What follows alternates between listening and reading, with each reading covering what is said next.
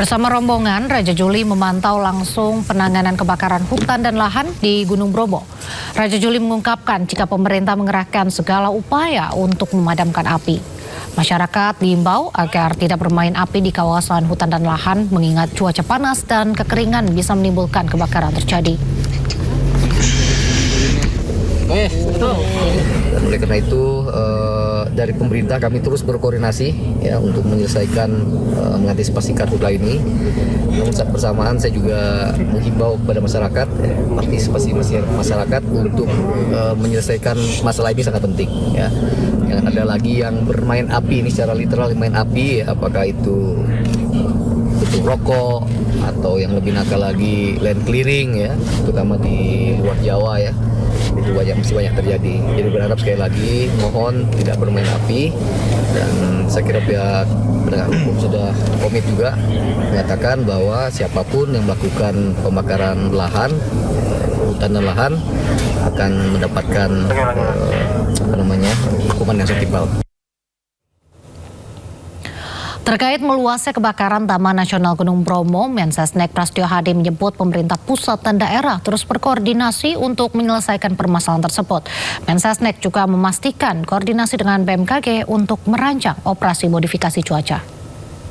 Kami terus berkoordinasi dengan pemerintah provinsi Jawa Timur, kemudian dengan Pangdam, dengan Kapolda, kemudian dengan Menhub serta dengan seluruh jajaran Kepala Balai Taman Nasional Bromo Tengger Semeru untuk terus melakukan upaya sekeras-kerasnya untuk sesegera mungkin melakukan proses pemadaman supaya tidak terus meluas.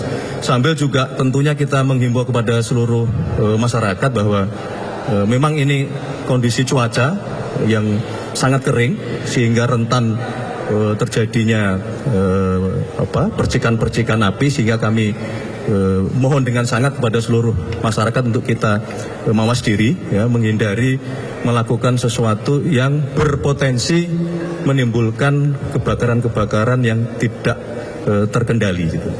Jadi termasuk dengan BMKG, kami tadi pagi juga rapat dengan BMKG untuk merancang operasi modifikasi cuaca. Hanya memang secara teknis tidak semuanya memungkinkan dilakukan OMC, tetapi semua dimonitor, kemudian peralatan-peralatan termasuk waterbombing, helikopter, dan pesawat-pesawat yang dapat membantu untuk mengatasi karhutla sesuai dengan petunjuk dan perintah Bapak Presiden tadi malam. Hari ini semua kami koordinasikan. Sementara itu, Menko Polkam Jamari Caniago mengklaim pihaknya telah menuntaskan kebakaran hutan dan lahan di kawasan Gunung Bromo, Jawa Timur.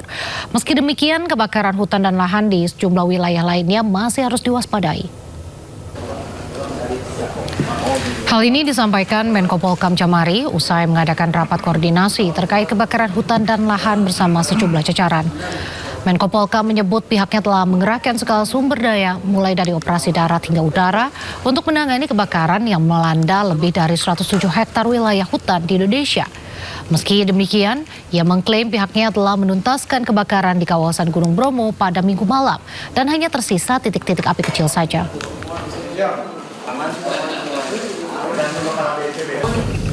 Dari daerah yang kita waspadai sebagai daerah yang paling kritis, ada 6 provinsi, juga muncul di daerah lain. Di daerah lain di luar yang 6. Kalau yang 6 kita pantau dengan ketat. Ada yang di luar nih, seperti misalnya kemarin terbakar di Bromo. Itu sudah segera kita tuntaskan.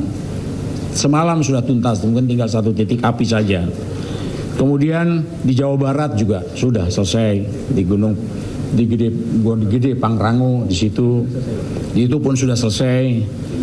Kemudian di sekitar Rinjani juga ada, itu juga sudah selesai. Operasi yang paling tepat dilakukan adalah yang efektif ya.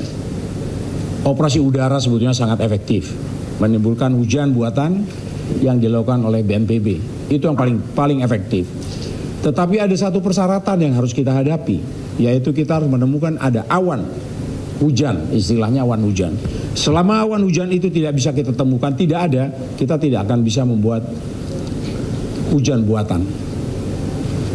Keadaan yang sekarang, kita tidak bisa hanya menunggu operasi udara, menunggu awan hujan itu ada.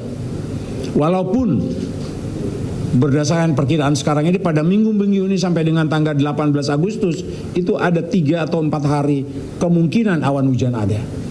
Kalau itu ada, itu memang mungkin anugerah yang diberikan kepada kita. Kita beralih ke informasi lain. Pemirsa, tim Puslap 4 Polri diterjunkan untuk mencari penyebab kebakaran gedung Bapenda DKI Jakarta. Meski demikian, Gubernur Jakarta Pramono Anung mendata pajak warga Jakarta aman.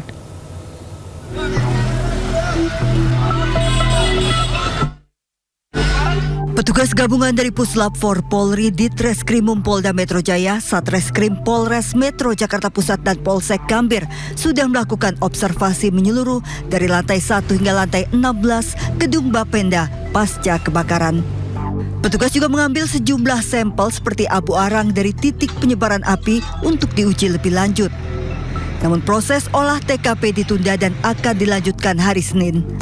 Sementara itu terkait terbakarnya gedung Bapenda, Gubernur Jakarta Pramono Anung memastikan data pajak warga Jakarta aman karena sudah didigitalisasi.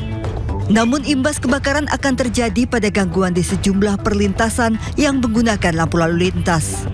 Sehingga dengan demikian untuk hal yang berkaitan dengan kepentingan atau keperluan penarikan pajak dan sebagainya oleh Bapenda tidak terganggu. Yang memang akan sedikit terganggu dalam beberapa hari ke depan ini adalah hal yang berkaitan dengan pengaturan di Dinas Perhubungan, terutama di perempatan yang menggunakan traffic lights. Seorang pekerja terjebak di lantai 15 saat kebakaran melanda gedung Bapenda DKI Jakarta. Korban dibawa ke rumah sakit Tarakan untuk mendapatkan perawatan. Gedung Bapenda DKI Jakarta memiliki 16 lantai. Kebakaran melanda bagian gedung dari lantai 11 hingga 16. Dari Jakarta, tim liputan iNews melaporkan. Dan untuk mengetahui informasi terkini terkait olah TKP di gedung Bapenda DKI Jakarta, kita sudah terhubung dengan rekan Kea Della Rosa di sana. Selamat sore Kea, bagaimana hasil olah TKP tadi? Ya, selamat sore Raisa dan juga pemirsa. Untuk olah TKP di gedung Bapenda DKI Jakarta, hingga saat ini kami belum melihat tanda-tanda kedatangan dari tim Puslap 4 atau Pusat Laboratorium Forensik dari tim Bareskrim Polri, sehingga kami belum bisa menyampaikan informasi terkini yang kami dapatkan dari hasil olah TKP. Karena memang sebelumnya pihak Puslap 4 juga sudah datang ke gedung Bapenda DKI untuk melihat dan juga mengumpulkan barang bukti terkait apa penyebab dari adanya kebakaran di gedung Bapenda pada Jumat lalu. Namun memang hingga saat ini tadi kami juga telah berdialog dengan petugas keamanan yang berjaga di gedung bahwa dari pagi tadi hingga sore ini masih belum terlihat tanda-tanda dari tim Puslap 4 untuk datang ke gedung Bapenda demi mengetahui apa penyebab dari kebakaran itu sendiri. Namun Nadia dan juga pemirsa, untuk saat ini kondisi di gedung Bapenda masih terlihat puing-puing sisa bangunan yang terbakar di sekitaran pekarangan gedung Bapenda.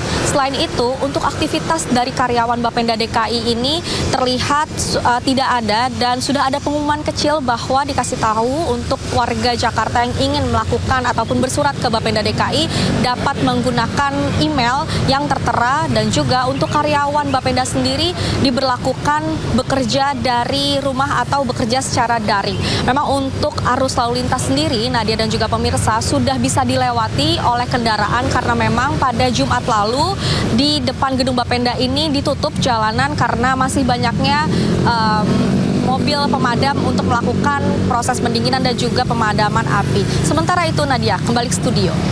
Baik, terima kasih Kea melaporkan langsung dari gedung Bapenda Jakarta. Selamat bertugas kembali, kami tunggu perkembangan